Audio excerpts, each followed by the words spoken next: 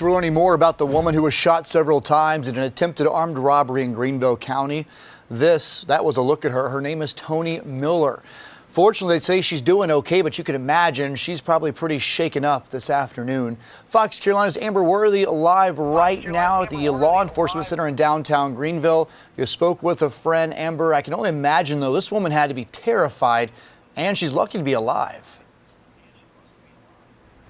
Oh, definitely. They're calling this a miracle. Tracy Fant says that she met Tony years ago and they built a friendship since then. So this hits home, hits very close for her. And she says that she will do like she does for many other families, and she's going to fight for justice in this case. No, she's a miracle. With all the tragedy that we see in the community, we need to see miracles in the community, you know what I'm saying, to remind us that God is still here.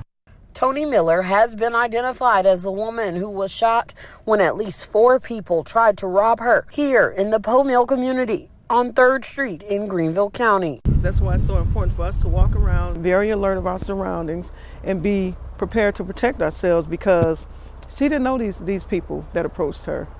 You know, she didn't know that they were going to do what they did. But once she understood and realized what was going on, she took action. And without training, I don't think she'd be here today. Tracy Fant says the victim told her family and friends that she fought back with a gun and shot at her attackers. Tracy says her work in the community comes full circle in a case like this. When something like this happens, the friend and the sister kicks in.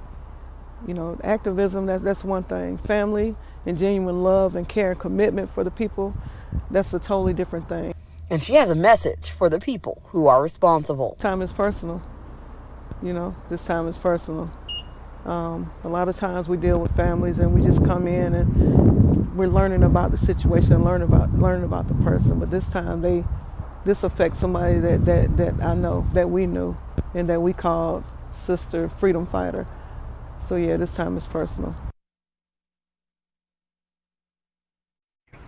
So officials say that the 4 suspects were seen fleeing the scene in a light gray sedan. So they need help identifying anyone who might have been responsible. So if you know anything, you're asked to call Crime Stoppers, and that number is inside the Fox Carolina News app.